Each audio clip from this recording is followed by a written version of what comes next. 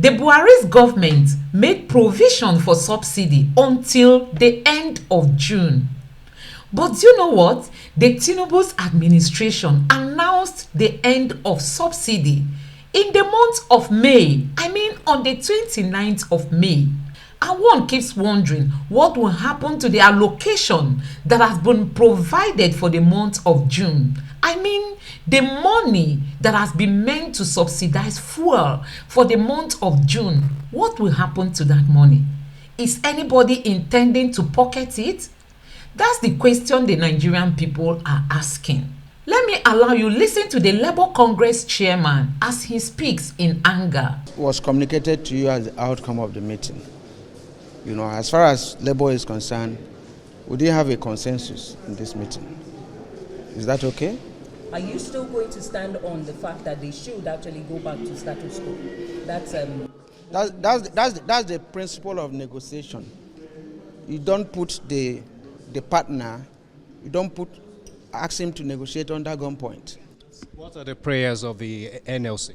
The prayers of NLC is that we go back to status quo, negotiate, think of alternatives and all the effects and how to manage the effects this action is going to have on the people. If it is an action that must take off. Does it mean restoration of subsidy? Well, the subsidy provision has been made up to the end of June. And before then, conscious people, labor, management, government should be able to think of what will happen at the end of June. You don't start it before the time. But the original deadline So why did they make provision up to end of June? No, the original Who's lying? deadline was February 17th. So why is it up to now? That was at the discretion of the last administration. Fine. The last administration made it up to end of June. Why can't we respect the sanctity of even that law that provided for that expenditure up to the end of June? Okay, but is the NLC considerate with the federal government when they say that there's no fund, they can't fund all of this, they can't raise money to fund the subsidy? What is the purpose of governance? What's the purpose of governance? Is it the duty of NLC to raise funds for the government, to collect tax, to sell crude at the international market when the price of crude is going high? And the government that is a major exporter of a crude product is telling him there's no money. Other countries that are in the same scenario are eating fat. Mr. President, do you think it's realistic to continue payment of subsidy? Why do you keep on hammering on subsidy? What do you understand by subsidy? Has anybody explained to you the meaning of subsidy? What did they say is subsidy? Is there any country, even in the US, there's subsidy on wheat products? Is there any country that does not subsidize living of people, even if it's by providing public transportation? Well, those are issues we are looking at. If you're a major, producer of crude, and you refine abroad, you carry the crude abroad and refine and bring it, definitely there will be difference in the price, and that's what they are paying.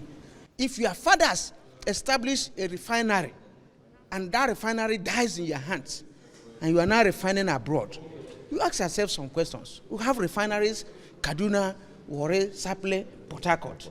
Why are they not functioning? That we have to go and refine abroad. The transportation money, the refining cost at international price or rate, and we bring it back here. And the same government pays the difference in cost of what it is here and what it's internationally. That's the subsidy they are telling you about. But what happens if the government says they cannot grant? You are still talking in the sense of in the state of dictatorship. What will happen if this is said? It's not all about conversation. It's not democratic way. If you say this thing is happening this way and you are engaged in discussion, if what happens there is take it or leave it, which doesn't have any space in the current dispensation. It's all about the people. The people matter. If they say, this is the project you are bringing, you are removing subsidy, you have been spending money for this friends. Remember 2011, we were here, this compound, and we agreed on some principles, repair our refineries, to start operation latest by December last year. They were not done. We agreed on issue of CNG. The CNG product is to is eco-friendly and is cheaper than the PMS they're selling now. And some people say they can convert within 3 months. If we have done all these things, what will you be calling a subsidy? The Dangote refinery is there to be producing. If any of these refineries are producing, we won't have all this challenge we're having today. That's the language of labor. Now, will anybody increase their salary by 300% with what has happened now? This question is good. We'll come to the basics. As of today, transportation has gone beyond that. I don't know what they're paying you, but you cannot, it's not enough for your transportation. That's what we are saying. It's not because there is any a dogma on subsidy. No, but we should converse in a free environment and atmosphere and arrive. If we agree for a meeting by 2 today, and in the morning, you come out with price modulation. How can you fix price in a deregulated market?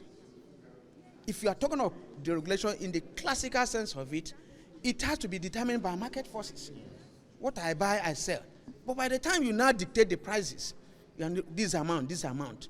Now what is happening? Is that deregulation? But that was just NNPC's price. They didn't dictate to other independent marketers. So which other are the marketers? We haven't seen other prices yet. Which are the marketers? Which are the sole importers of this product? Who are the other marketers? So my colleague will have a lot to tell you guys. You guys don't sound optimistic about this meeting. It's about to consume in a few hours. Okay. No. Go ahead. Okay. I will change. Yeah, you said. You don't sound optimistic about this meeting that is going to continue in a few hours. Yes. If you listen to the president during the inauguration at Eagle Square, he said that one of the hallmark of this administration is going to be dialogue, is going to be consultation, and that that this will be the hallmark, that they are not going to lord it over us, trying to paraphrase what he said, and not to be a dictator. So if you read it, it is clearly written there. And what has happened in terms of, as of today, has not shown what was written in his address. So all we've said before now was that, just as alluded to by my colleague as well, was that we ought to have sat down and have this conversation. At times it's difficult, before anything could have happened. We have been open to conversations. We started it in 2021, and somewhat part of 2022. But at the end of the day, they told us that they were not removing subsidy. So there was no conversation whatsoever. So for over a year, there wasn't formal engagements and formal meetings. And because there were informal engagements and meetings, that is why we found ourselves here today.